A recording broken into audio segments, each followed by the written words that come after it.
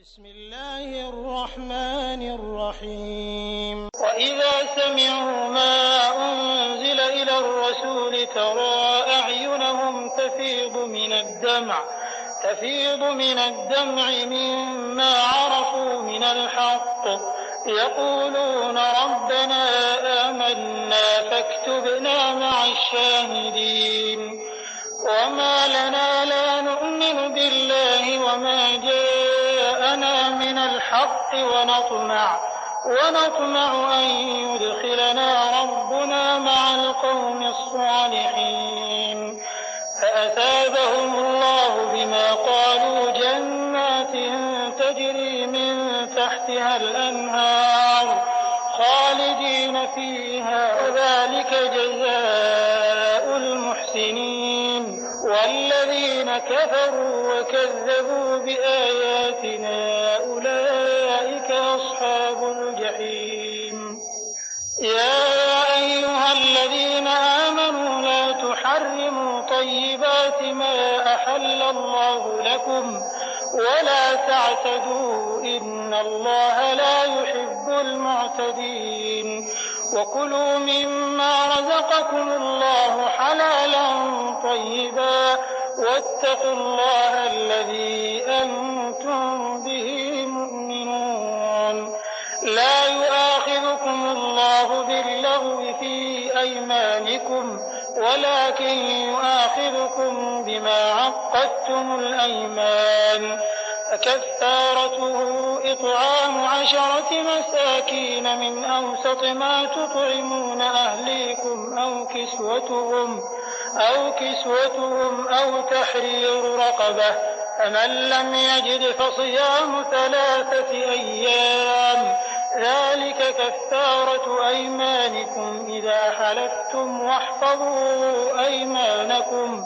كذلك يبين الله لكم آياته لعلكم تشكرون يا أيها الذين آمنوا إنما الخمر والميسر والأنصاب والأزلام رجس من عمل الشيطان فاجتنبوه لعلكم تفلحون إنما يريد الشيطان أن يوقع بينكم العداوة والبغضاء في الخمر والميسر ويصدكم عن ذكر الله وعن الصلاة فهل أنتم منتهون وأطيعوا الله وأطيعوا الرسول واحذروا فإن توليتم فاعلموا أنما على رسولنا البلاغ المبين ليس على الذين آمنوا وعملوا الصالحات جناح فيما طعموا إذا ما اتقوا وآمنوا وعملوا الصالحات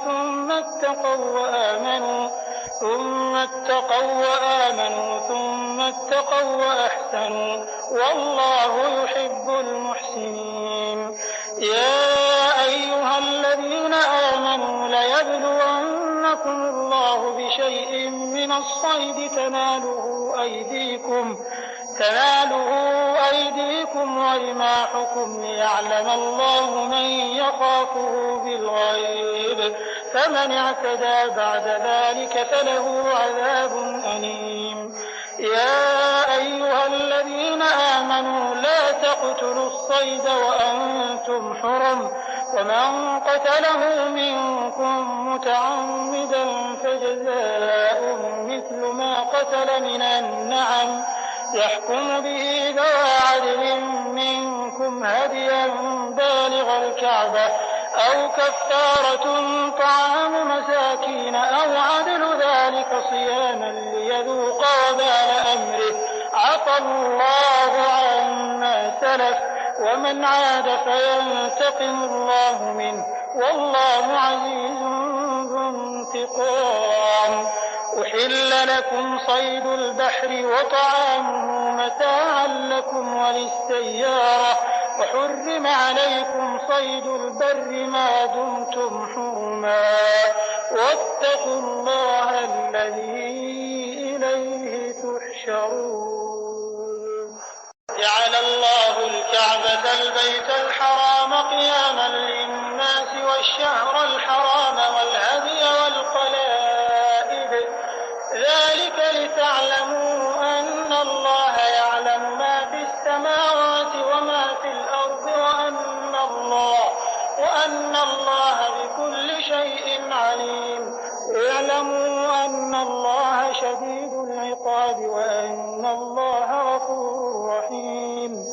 ما على الرسول إلا البلاغ والله يعلم ما تبدون وما تكتمون قل لا يستوي الخبيث والطيب ولو أعجبك كثرة الخبيث فاتقوا الله يا أولي الألباب لعلكم تفلحون يا أيها الذين آمنوا لا تسألوا عن أشياء إن تبد لكم تسؤكم وإن تسألوا عنها حين ينزل القرآن تبد لكم عفى الله عنها والله غفور حليم قد سألها قوم من قبلكم ثم أصبحوا بها كافرين ما جعل الله من بحيرة ولا سائبة ولا وصيلة ولا حام ولكن الذين كفروا يفترون على الله الكذب وأكثرهم لا يعقلون وإذا قيل لهم تعالوا إلى ما أنزل الله وإلى الرسول قالوا حسبنا ما وجدنا عليه آباءنا أولو كان آباؤهم لا يعلمون شيئا ولا يهتدون يا أيها الذين آمنوا عليكم أنفسكم لا يضركم من ضل إذا اهتديتم إلى الله مرجعكم جميعا فينبئكم بما كنتم تعملون يا أيها الذين آمنوا شهادة بينكم إذا حضر أحدكم الموت حين الوصية اثنان ذوى عدل منكم أو آخران من غيركم إن أنتم ضربتم في الأرض فأصابتكم مصيبة الموت تحبسونهما من بعد الصلاة فيقسمان بالله إن ارتبتم لا نشتري به ثمنا ولو كان ذا قربى ولا نكتم شهادة الله إنا إذا لمن الآثمين فإن عثر على أنهما استحقا إثما فآخران يقومان مقامهما من الذين استحق عليهم الأوليان فيقسمان بالله لشهادتنا أحق من شهادتهما وما اعتدينا إنا إذا لمن الظالمين ذلك أدنى أن يأتوا بالشهادة على وجهها أو يخافوا أن ترد أيمانهم بعد أيمانهم واتقوا الله واسمعوا والله لا يهدي القوم الفاسقين يوم يجمع الله الرسل فيقول ماذا أجبتم قالوا لا علم لنا إنك أنت علام الغيوب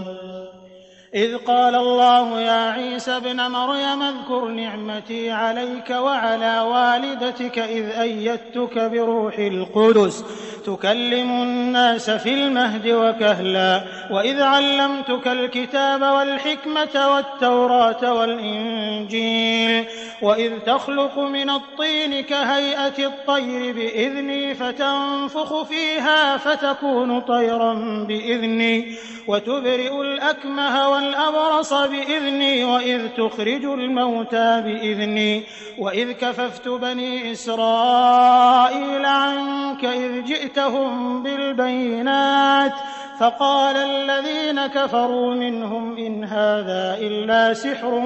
مبين وإذ أوحيت إلى الحواريين أن آمنوا بي وبرسولي قالوا آمنا واشهد بأننا مسلمون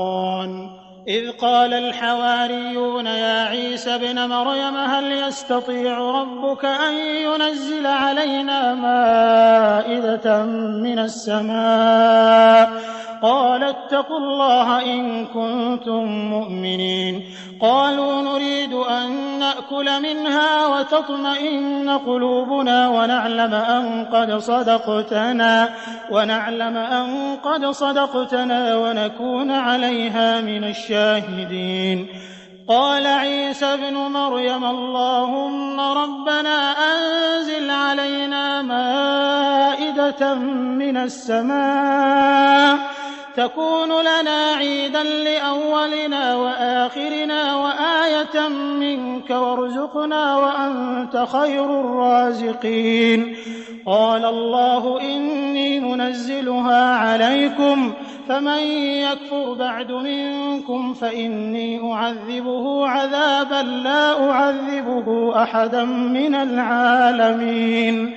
وإذ قال الله يا عيسى ابن مريم أأنت قلت للناس اتخذوني وأمي إلهين من دون الله قال سبحانك ما يكون لي أن أقول ما ليس لي بحق إن كنت قلته فقد علمته تعلم ما في نفسي ولا أعلم ما في نفسك إنك أنت علام الغيوب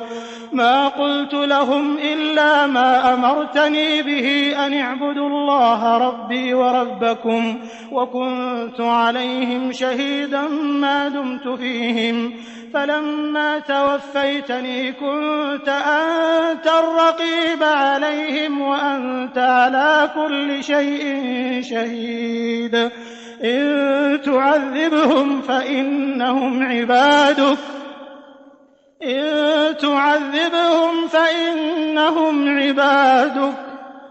إن تعذبهم فإنهم عبادك وإن تغفر لهم فإنك أنت العزيز الحكيم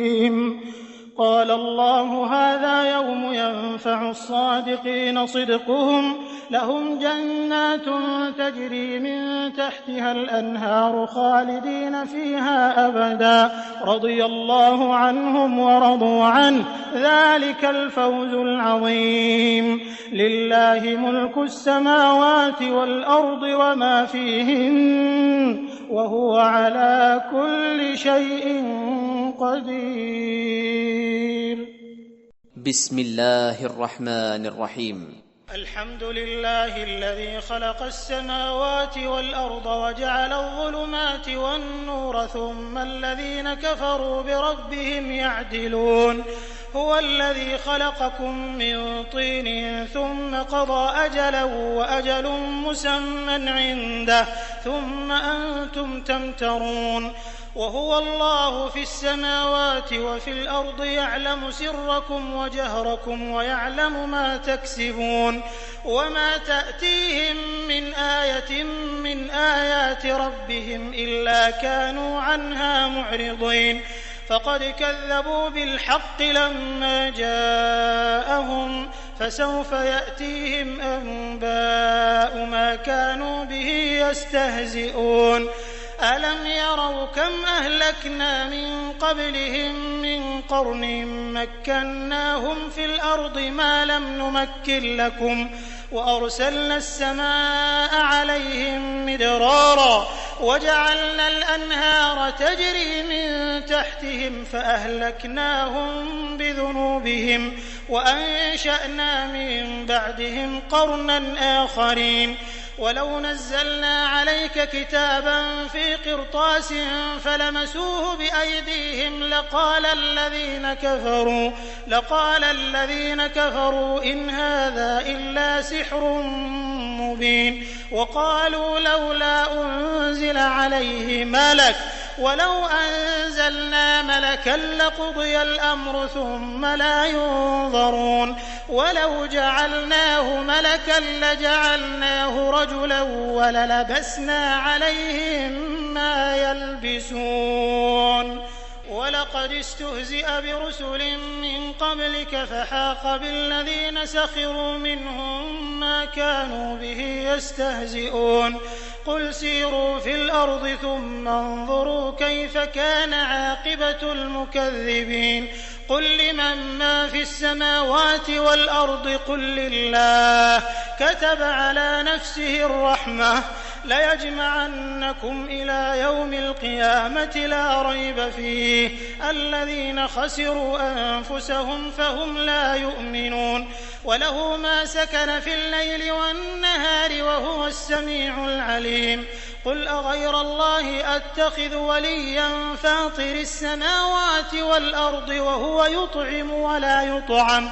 قل إني أمرت أن أكون أول من أسلم ولا تكونن من المشركين قل إني أخاف إن عصيت ربي عذاب يوم عظيم من يصرف عنه يومئذ فقد رحمه وذلك الفوز المبين وإن يمسسك الله بضر فلا كاشف له إلا هو وإن يمسسك بخير فهو على كل شيء قدير وهو القاهر فوق عباده وهو الحكيم الخبير قل أي شيء أكبر شهادة قل الله شهيد بيني وبينكم وأوحي إلي هذا القرآن لأنذركم به ومن بلغ أئنكم لتشهدون أن مع الله آلهة أخرى قل لا أشهد قل إنما هو إله واحد وإنني بريء مما تشركون الذين آتيناهم الكتاب يعرفونه كما يعرفون أبناءهم الذين خسروا أنفسهم فهم لا يؤمنون ومن أظلم ممن افترى على الله كذبا أو كذب بآياته إنه لا يفلح الظالمون ويوم نحشرهم جميعا ثم نقول للذين أشركوا أين شركاؤكم الذين كنتم تزعمون ثم لم تكن فتنتهم إلا أن قالوا والله ربنا ما كنا مشركين انظر كيف كذبوا على أنفسهم وضل عنهم ما كانوا يفترون ومنهم من يستمع إليك وجعلنا على قلوبهم أكنة أن يفقهوه وفي آذانهم وقرا وإن يروا كل آية لا يؤمنوا بها حتى إذا جاءوك يجادلونك يقول الذين كفروا إن هذا إلا أساطير الأولين وهم ينهون عنه وينأون عنه وإن يهلكون إلا أنفسهم وما يشعرون ولو ترى إذ وقفوا على النار فقالوا يا ليتنا نرد ولا نكذب بآيات ربنا ونكون من المؤمنين بل بدا لهم ما كانوا يخفون من قبل ولو ردوا لعادوا لما نهوا عنه وإنهم لكاذبون وقالوا إن هي إلا حياتنا الدنيا وما نحن بمبعوثين ولو ترى إذ وقفوا على ربهم قال أليس هذا بالحق قالوا بلى وربنا قال فذوقوا العذاب بما كنتم تكفرون قد خسر الذين كذبوا بلقاء الله حتى إذا جاءتهم الساعة بغتة قالوا يا حسرتنا على ما فرطنا فيها وهم يحملون أوزارهم على ظهورهم ألا ساء ما يزرون وما الحياة الدنيا إلا لعب وله وللدار الآخرة خير للذين يتقون أفلا تعقلون قد نعلم إنه ليحزنك الذي يقولون فإنهم لا يكذبونك ولكن الظالمين بآيات الله يجحدون ولقد كذبت رسل من قبلك فصبروا على ما كذبوا وأوذوا حتى أتاهم نصرنا ولا مبدل لكلمات الله ولقد جاءك من نبأ المرسلين وإن كان كبر عليك إعراضهم فإن استطعت أن تبتغي نفقا في الأرض أو سلما في السماء فتأتيهم بآية ولو شاء الله لجمعهم على الهدى فلا تكونن من الجاهلين إنما يستجيب الذين يسمعون والموتى يبعثهم الله ثم إليه يرجعون وقالوا لولا نزل عليه آية من ربه قل إن الله قادر على أن ينزل آية ولكن أكثرهم لا يعلمون وما من دابة في الأرض ولا طائر يطير بجناحيه إلا أمم أمثالكم ما فرطنا في الكتاب من شيء ثم إلى ربهم يحشرون والذين كذبوا بآياتنا صم وبكم في الظلمات من يشاء الله يضلله ومن يشاء يجعله على صراط مستقيم قل أرأيتكم إن أتاكم عذاب الله أو أتتكم الساعة أغير الله تدعون إن كنتم صادقين بل إياه تدعون فيكشف ما تدعون إليه إن شاء وتنسون ما تشركون ولقد أرسلنا إلى أمم من قبلك فأخذناهم بالبأساء والضراء لعلهم يتضرعون فلولا إذ جاءهم بأسنا تضرعوا ولكن قست قلوبهم وزين لهم الشيطان ما كانوا يعملون فلما نسوا ما ذكروا به فتحنا عليهم أبواب كل شيء حتى إذا فرحوا بما أوتوا أخذناهم بغتة فإذا هم مبلسون فقطع دابر القوم الذين ظلموا والحمد لله رب العالمين قل أرأيتم إن أخذ الله سمعكم وأبصاركم وختم على قلوبكم من إله غير الله يأتيكم به انظر كيف نصرف الآيات ثم هم يصدفون قل أرأيتكم إن أتاكم عذاب الله بغتة أو جهرة هل يهلك إلا القوم الظالمون وما نرسل المرسلين إلا مبشرين ومنذرين فمن آمن وأصلح فلا خوف عليهم ولا هم يحزنون والذين كذبوا بآياتنا يمسهم العذاب بما كانوا يفسقون قل لا أقول لكم عندي خزائن الله ولا أعلم الغيب ولا أقول لكم إني ملك إن أتبع إلا ما يوحى إلي قل هل يستوي الأعمى والبصير أفلا تتفكرون وأنذر به الذين يخافون أن يحشروا إلى ربهم ليس لهم من دونه ولي ولا شفيع لعلهم يتقون ولا تطرد الذين يدعون ربهم بالغداة والعشي يريدون وجهه ما عليك من حسابهم من شيء وما من حسابك عليهم من شيء فتطردهم فتكون من الظالمين وكذلك فتنا بعضهم ببعض ليقولوا أهؤلاء من الله عليهم من بيننا أليس الله بأعلم بالشاكرين وإذا جاءك الذين يؤمنون بآياتنا فقل سلام عليكم كتب ربكم على نفسه الرحمة أنه من عمل منكم سوءا بجهالة ثم تاب من بعده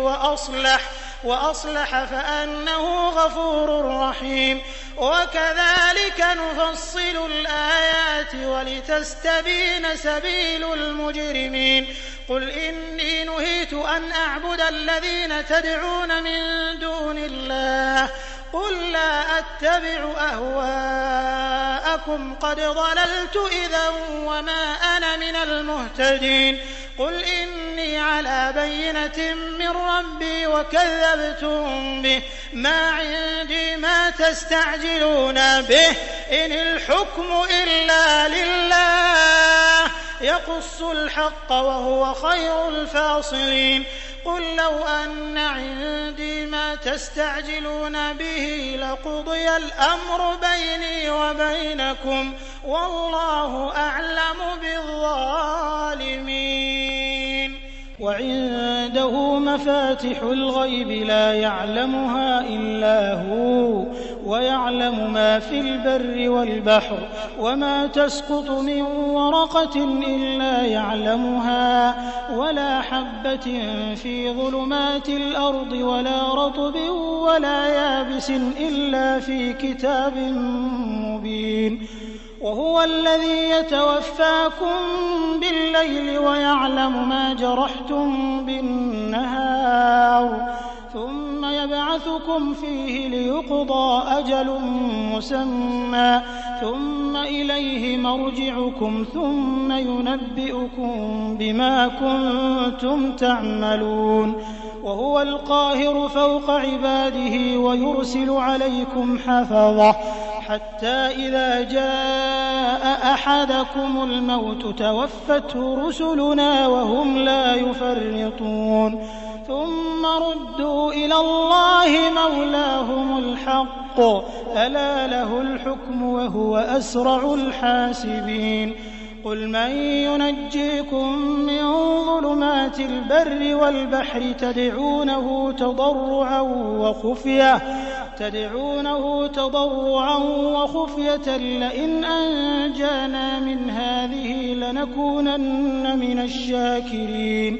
قل الله ينجيكم منها ومن كل كرب ثم أنتم تشركون قل هو القادر على أن يبعث عليكم عذابا من فوقكم أو من تحت أرجلكم أو يلبسكم شيعا ويذيق بعضكم بأس بعض انظر كيف نصرف الآيات لعلهم يفقهون وكذب به قومك وهو الحق قل لست عليكم بوكيل لكل نبأ مستقر وسوف تعلمون وإذا رأيت الذين يخوضون في آياتنا فأعرض عنهم حتى يخوضوا في حديث غيره وإما ينسينك الشيطان فلا تقعد بعد الذكرى مع القوم الظالمين وما على الذين يتقون من حسابهم من شيء ولكن ذكرى لعلهم يتقون وذر الذين اتخذوا دينهم لعبا ولهوا وغرتهم الحياة الدنيا وذكر به أن تبسل نفس بما كسبت ليس لها من دون الله ولي ولا شفيع وإن تعدل كل عدل لا يؤخذ منها أولئك الذين أبسلوا بما كسبوا لهم شراب من حميم وعذاب أليم بما كانوا يكفرون قل أندعو من دون الله ما لا ينفعنا ولا يضرنا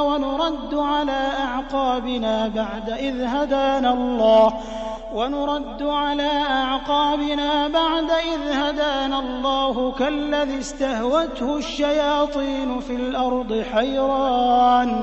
حيران له أصحاب يدعونه إلى الهدى ائتنا قل إن هدى الله هو الهدى وأمرنا لنسلم لرب العالمين وأن أقيموا الصلاة واتقوه وهو الذي إليه تحشرون وهو الذي خلق السماوات والأرض بالحق ويوم يقول كن فيكون قوله الحق وله الملك يوم ينفخ في الصور عالم الغيب والشهادة وهو الحكيم الخبير وإذ قال إبراهيم لأبيه آزر أتتخذ أصناما آلهة إني أراك وقومك في ضلال مبين وكذلك نري إبراهيم ملكوت السماوات والأرض وليكون من الموقنين فلما جن عليه الليل رأى كوكبا قال هذا ربي فلما أفل قال لا أحب الآفلين فلما رأى القمر بازغا قال هذا ربي فلما أفل قال لئن لم يهدني ربي لأكونن من القوم الضالين فلما رأى الشمس بازغة قال هذا ربي هذا أكبر فلما أفلت قال يا قوم إني بريء مما تشركون إني وجهت وجهي للذي فطر السماوات والأرض حنيفا وما أنا من المشركين وحاجه قومه قال أتحاجوني في الله وقد هدان ولا أخاف ما تشركون به إلا أن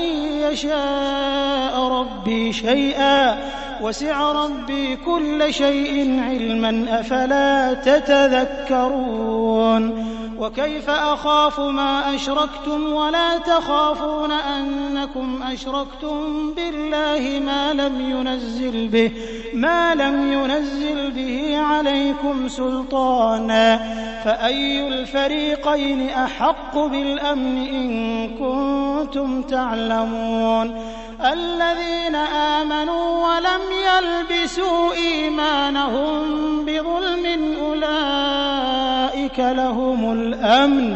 أولئك لهم الأمن وهم مهتدون وتلك حجتنا آتيناها إبراهيم على قومه نرفع درجات من نشاء إن ربك حكيم عليم ووهبنا له إسحاق ويعقوب كلا هدينا ونوحا هدينا من قبل ومن ذريته داود وسليمان وأيوب ويوسف وموسى وهارون وكذلك نجزي المحسنين وزكريا ويحيى وعيسى وإلياس كل من الصالحين وإسماعيل واليسع ويونس ولوطا وكلا فضلنا على العالمين ومن آبائهم وذرياتهم وإخوانهم واجتبيناهم وهديناهم إلى صراط مستقيم ذلك هدى الله يهدي به من يشاء من عباده ولو أشركوا لحبط عنهم ما كانوا يعملون أولئك أولئك الذين آتيناهم الكتاب والحكم والنبوة فإن يكفر بها هؤلاء فقد وكلنا بها قوما ليسوا بها بكافرين أولئك الذين هدى الله فبهداه مقتده قل لا أسألكم عليه أجرا إن هو إلا ذكرى للعالمين وما قدروا الله حق قدره إذ قالوا ما أنزل الله على بشر من شيء قل من أنزل الكتاب الذي جاء به موسى نورا وهدى للناس تجعلونه قراطيس تبدونها وتخفون كثيرا وعلمتم ما لم تعلموا أنتم ولا آباؤكم قل الله ثم ذرهم في خوضهم يلعبون وهذا كتاب أنزلناه مبارك مصدق الذي بين يديه ولتنذر أم القرى ومن حولها والذين يؤمنون بالآخرة يؤمنون به وهم على صلاتهم يحافظون ومن أظلم ممن افترى على الله كذبا أو قال أوحي إلي ولم يوح إليه شيء ومن قال سأنزل مثل ما أنزل الله ولو ترى إذ الظالمون في غمرات الموت والملائكة باسطوا أيديهم أخرجوا أنفسكم اليوم تجزون عذاب الهون بما كنتم تقولون على الله غير الحق وكنتم عن آياته تستكبرون ولقد جئتمونا فرادا كما خلقناكم أول مرة وتركتم ما خولناكم وراء ظهوركم وما نرى معكم شفعاءكم الذين زعمتم أنهم فيكم شركاء لقد تقطع بينكم وضل عنكم ما كنتم تزعمون إن الله فالق الحب والنوى يخرج الحي من الميت ومخرج الميت من الحي ذلكم الله فأنى تؤفكون فالق الإصباح وجعل الليل سكنا والشمس والقمر حسبانا ذلك تقدير العزيز العليم وهو الذي جعل لكم النجوم لتهتدوا بها في ظلمات البر والبحر قد فصلنا الآيات لقوم يعلمون وهو الذي أنشأكم من نفس واحدة فمستقر ومستودع قد فصلنا الآيات لقوم يفقهون وهو الذي أنزل من السماء ماء فأخرجنا به نبات كل شيء فأخرجنا منه خضرا نخرج منه حبا متراكبا ومن النخل من طلعها قنوان دانية وجنات من أعناب والزيتون والرمان مشتبها وغير متشابه انظروا إلى ثمره إذا أثمر وينعه إن في ذلكم لآيات لقوم يؤمنون وجعلوا لله شركاء الجن وخلقهم وخرقوا له بنين وبنات بغير علم سبحانه وتعالى عما يصفون بديع السماوات والأرض أنى يكون له ولد ولم تكن له صاحبة وخلق كل شيء وهو بكل شيء عليم ذلكم الله ربكم لا إله إلا هو خالق كل شيء فاعبدوه وهو على كل شيء وكيل لا تدركه الأبصار وهو يدرك الأبصار وهو اللطيف الخبير قد جاءكم بصائر من ربكم فمن أبصر فلنفسه ومن عمي فعليها وما أنا عليكم بحفيظ وكذلك نصرف الآيات وليقولوا درست ولنبينه لقوم يعلمون اتبع ما أوحي إليك من ربك لا إله إلا هو وأعرض عن المشركين ولو شاء الله ما أشركوا وما جعلناك عليهم حفيظا وما أنت عليهم بوكيل ولا تسبوا الذين يدعون من دون الله فيسبوا الله عدوا بغير علم كذلك زينا لكل أمة عملهم ثم إلى ربهم مرجعهم فينبئهم بما كانوا يعملون وأقسموا بالله جهد أيمانهم لئن جاءتهم آية ليؤمنن بها قل إنما الآيات عند الله وما يشعركم أنها إذا جاءت لا يؤمنون ونقلب أفئدتهم وأبصارهم كما لم يؤمنوا به أول مرة